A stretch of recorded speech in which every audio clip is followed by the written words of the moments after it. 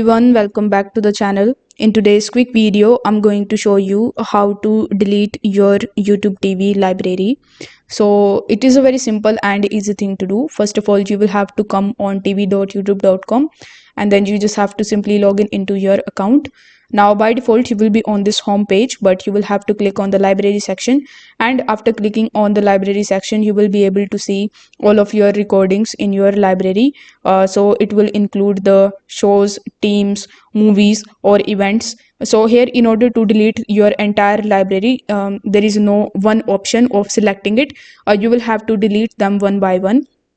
So in order to delete them, you will just have to click on the three dots right next to the recording that you want to delete. So the three dots will look something like this. So after clicking on it, you will be able to see the remove option as well as the delete option. So you can choose any of the options of your choice, and you just have to simply delete the recordings one by one from your library. And once all of them are finished, you will be able to empty your library section. If this video helped you out, don't forget to like the video and subscribe to the channel. Thank you so much for watching.